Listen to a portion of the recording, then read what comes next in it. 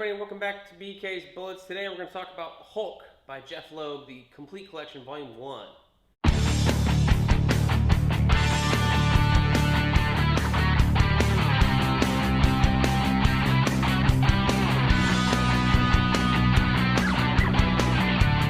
Hey everybody, and welcome back to BK's Bullets. As always, I'm your host, Brent. Today we're talking about Hulk. This is the Jeph Loeb run, or otherwise known as Red Hulk, as you can see on the cover. This is Complete Collection Volume 1. This collects Hulk from 2008, number 1 through 12, King Size Hulk, Incredible Hulk 600, and some stuff from Wolverine number 50. So, yeah, this is a weird Hulk run. It basically introduces the Red Hulk to the Marvel Universe and sets up a mystery of who he is that actually, in the long run, ends up being not that great. We'll talk about that a little bit more in Volume 2 when we get there. But as for Volume 1, I feel like Volume 1 is the better of the two volumes, mainly because there is that mystery there, and it's got a lot more of Ed McGuinness art than the other one. This also has some, I don't know if it was Michael Cho, but no, this is like pretty much all Ed McGuinness in here, and that's a phenomenal thing to see.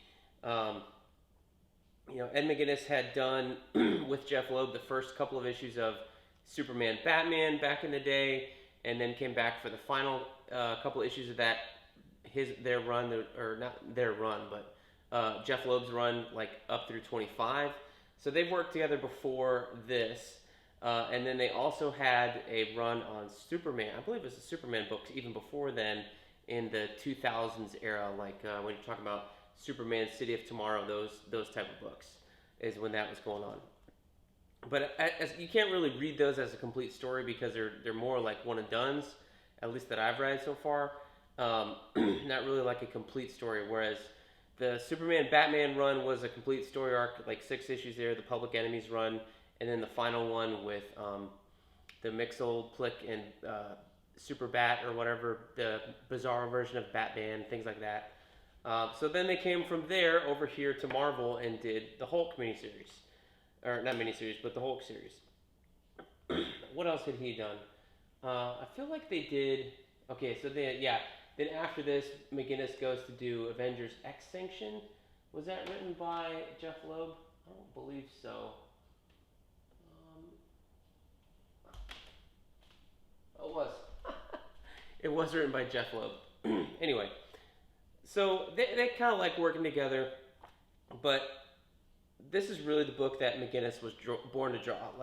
I'll talk about Jeph Loeb in a little bit, but since this is mostly McGuinness art, this is just a showcase for him. There's Michael Cho in here. He does a couple of issues, along with Arthur Adams does a couple of issues here as well. More like those two, Mike Cho and Arthur Adams, split up the issues. I think it was 7 through 10, and did like half and half. And I remember reading them as they're coming out because the covers had like a split cover for some of them, and had one scene with the Red Hulk and the other scene with the female or the Green Hulk, that kind of stuff. But man, the Ed McGuinness art in here is just nonstop phenomenal. It's bonkers how good he is. And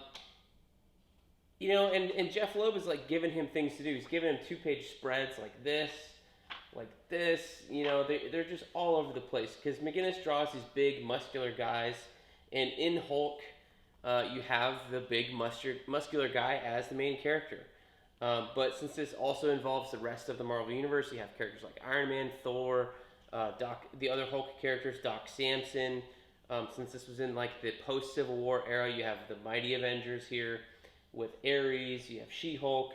And then later on we get into the Dark Avengers. You got Sentry showing up here. The Secret Invasion stuff doesn't play a role.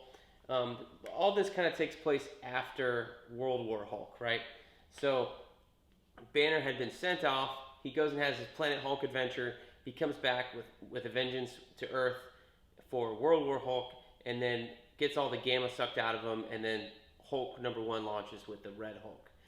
And the mystery is, who is the Red Hulk? So that's kind of the mystery that's set up in here. But this is just confounding because I want to talk about the mystery and how unsatisfying it is. I should save that for Volume 2, and I'm trying to save it for Volume 2, but I'm also so excited to talk about Volume 1 because this volume is where all the fun happens. It doesn't matter who the Red Hulk is. What matters is that Red Hulk is a fun character. What matters is that you have Red Hulk fighting the Mighty Avengers and She-Hulk and Valkyrie and, gosh, who's this character's name? In the red here. Can't remember her name. Like the beginning, not the beginning of A-Force, but other things. I'm so fucking distracted by this review. I'm so sorry. It's just a lot of fun. Jeph Loeb isn't really good at setting up the Red Hulk mystery. Like, after reading who it is at the end, like reading I read both of these pretty much in order, one after the other. Like, this one ended and I picked up the next one right away. The mystery isn't really there. It's not really set up. So it's not like Jeph Loeb on Batman Dark Victory or Jeph Loeb on Batman Long Halloween, or hell, even Jeph Loeb on Batman Hush. This is more of that Jeph Loeb in terms of delivering fun comic books and stuff like that. Even Hush didn't have a great mystery, I thought. But yeah, it's certainly not the Batman Dark Victory or Long Halloween Jeph Loeb. This is the fun comics Jeph Loeb, which he is good at when he wants to. I really wish they had just done away with this mystery and just made it like a 25-issue slam fest between the Hulk and the Red Hulk. You know, it's just so much fun to watch Ed McGuinness put these two characters through the ringer and just beat the crap out of each other. And then you have guys like Arthur Adams doing amazing stuff with the Wendigos in Las Vegas and Miss Marvel at the time. Carol Danvers, Miss Marvel, and the Sentry. You know, and then Red Hulk going up against these female heroes led by She-Hulk. So it's just a whole lot of fun. It's, you know, if there's one volume I want to recommend out of these two, I guess it's just Volume 1. And you could stop there and I think you'd be fine in terms of like, I got value out of it because these are so much fun to read and I don't really care who the Red Hulk is and I can go Wikipedia who he is and go from there. So, I don't know. Yeah, this was a really disjointed review. I'm sorry. And it kind of reflects how disjointed the book feels sometimes, especially in more in the second volume because the mystery is so weird and so disjointed. It feels like they're just stringing it together at the end. But in this one, it's just introducing the character of the Red Hulk, him going on like a hitting spree across the Marvel Universe, characters trying to stop him, Red Hulk trying to stop, or not Red Hulk, Green Hulk, the Hulk trying to stop him, and then it ending with this weird callback, which I didn't quite understand, with the Defenders and the Champions, the Collector and the Grandmaster going up, basically Hulk versus Hulk in their team. Red Hulk has Mordru and Tiger Shark and Terrax, and Hulk has the blue version of Doctor Strange and Namor and Silver Surfer. But again, they're going toe to toe, and it's just so fun to read with Ed McGuinness doing the art here. So yeah, it's a pretty cool book. If you can't find these, and I think you might have a hard time finding them. I think I picked mine up in a comic shop. They still have them.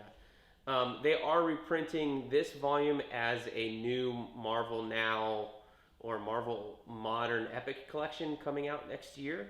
I think containing the same issues, so look out for that to pick it up because this is just a fun story. And we'll talk about Volume 2. Hopefully I'm more put together by then. So yeah, thanks for watching this disjointed review. Sorry it was so shitty. Catch me on the next one. I hope it will be better. Most of them are. Thanks for watching. We'll see you guys next time in the Funny Pages.